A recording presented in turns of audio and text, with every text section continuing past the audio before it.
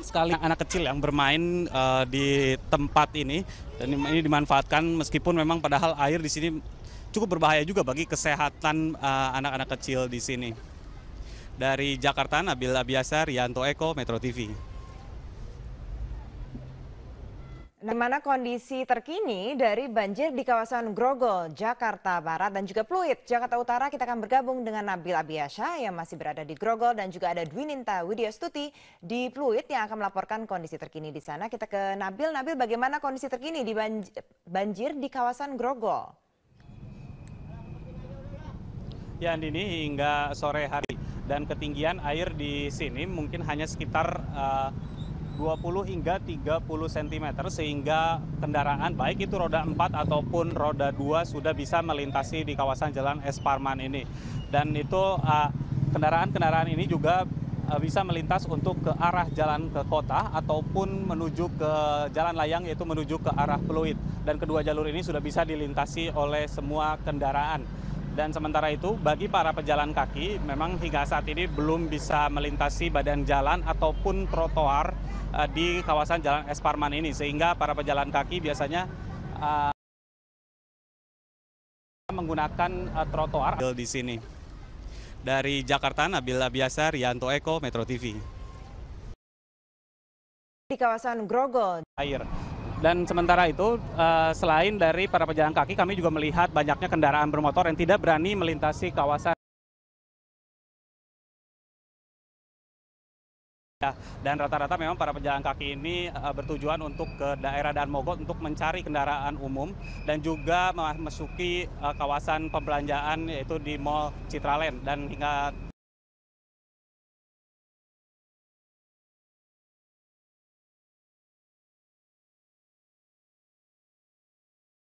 sementara itu meskipun saat ini debit air atau maksud kami adalah ketinggian air di kawasan badan Jalan Es Parman ini sudah makin surut, namun kami melihat Dinas PU DKI Jakarta juga sudah mulai melakukan terus pengurangan air tersebut dengan memberikan pompa, menyediakan pompa air, dan pompa tersebut berguna untuk mengalihkan air yang berada di badan Jalan Es Parman ini dipindahkan ke Kali Grogol. Dan hal ini memang cukup berguna karena diharapkan memang air di kawasan Es Parman ini bisa benar-benar hilang dan digunakan oleh para kendaraan umum yang sudah mulai melintas karena ini sudah masuk sore hari jam pulang kantor. Andini. Kita ke Dwininta. Dwininta, apakah banjir di kawasan Pluit masih tinggi? Anjani, ketinggian air yang berada di kawasan Pluit Angke, yakni Jalan Raya Pluit, sudah bisa dilalui oleh lebih banyak kendaraan pribadi. Meski demikian, masih relatif lebih sedikit. Jakarta Utara saat ini sudah lebih surut dibandingkan pada saat pagi dan siang hari. Misalnya saat ini di jalan raya yang menjadi akses utama dari bagian besar taman yang ada di Waduk Pluit, merendam sekolahan yang ada di Muara Angke dan juga pasar tradisional jalanan yang ada di lokasi ini. Namun karena proyek yang belum terselesaikan dan sudah terlebih dahulu diguyur oleh intensitas hujan yang pasar tradisional ini pun tidak luput dari siraman banjir. Bahkan untuk aktivitas perdagangan yang ada di lokasi ini sangat terganggu karena pasar-pasar terendam. Ada penyebab kenapa banjir yang berada di lokasi Pluit Jakarta Utara ini sulit untuk surut. Yang pertama adalah waduk dan juga sungai yang masih saja meluap, dan kemudian juga kondisi laut yang masih pasang. Untuk itu dari Pemprov DKI Jakarta dan Pemkot Jakarta Utara telah memaksimalkan fungsi pompa air yang ada di Pluit Jakarta Utara ini yang berada di stasiun pompa Pluit dan juga stasiun pompa Pasar Ikan. Setidaknya ada 13 pompa dengan kapasitas lebih dari 15.000 liter per detik. Pompa ini mengalirkan air luapan dari Sungai Ciliwung yang berasal dari Manggarai dan juga Senen menuju ke Laut Jawa melalui Pelabuhan Muara Baru. Dari Pemprov DKI Jakarta, yakni Wakil Gubernur DKI Jakarta, Jarod Saiful sendiri pun telah memastikan bahwa nantinya pompa ini tidak akan lagi terganggu oleh pemadaman listrik oleh PLN dan juga telah memastikan kesiapan genset sehingga luapan air yang ada di lokasi ini bisa cepat surut. Berikut ini adalah pernyataan dari Wakil Gubernur DKI Jakarta, Jarod Saiful.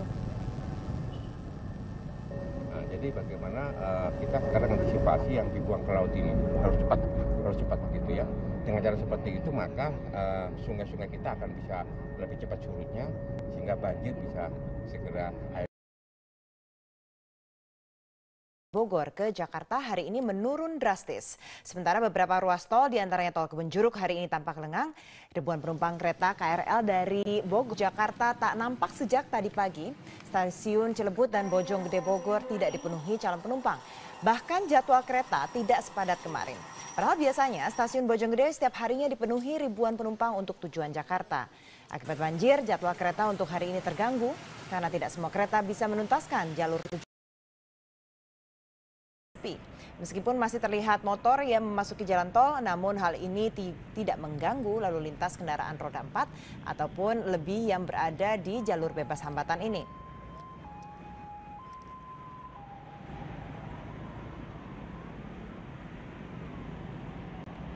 Zaki Haikal dan Dede Rianto. Hujan deras yang melanda Jakarta selama beberapa hari terakhir membuat sejumlah parahnya dampak genangan air terhadap lumpuhnya aktivitas di Jakarta. Jakarta Barat menjadi salah satu titik akses jalan terputus dan warga harus menggunakan perahu karet sebagai moda transportasi mereka. Mau kemana, Mbak?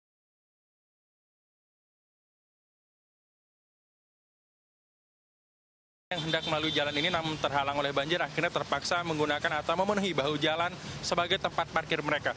Kebingungan juga terlihat dari para pengendara kendaraan roda 2 di mana mereka tidak bisa melalui jalan akses S Parman ini dan terpaksa harus menjebol pagar pembatas jalan dengan jalan tol banjir. Sejumlah angkutan umum pun memangkas jalur trayek mereka. Penumpang pun kebingungan. Tadi mau berapa, Mbak? Tanya ke Grogol gak, katanya enggak. Oh, kenapa? Terus saya tanya naik apa, katanya nggak tahu juga.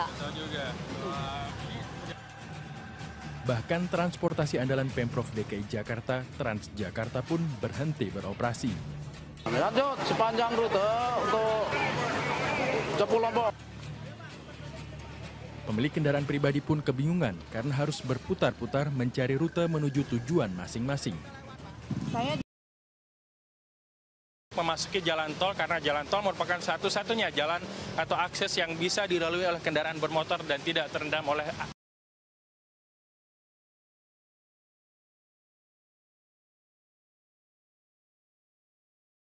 Barat menjadi salah satu kawasan yang cukup semrawut. Hal ini dikarenakan sejumlah kendaraan yang semula hendak melalui jalan ini menuju Grogol harus berputar balik dan melawan arah sehingga jalur lalu lintas yang semula berlaku satu arah untuk satu jalur ini berlaku dua arah untuk satu jalur.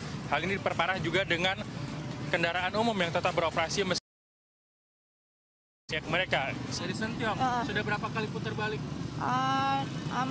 Sekali sih kemarin. Banjir, sepaha katanya di sini. Terus balik lagi ke rumah saudara. Zaki Haikal, Dede Rianto, Metro TV. Metro hari ini akan kembali dengan informasi.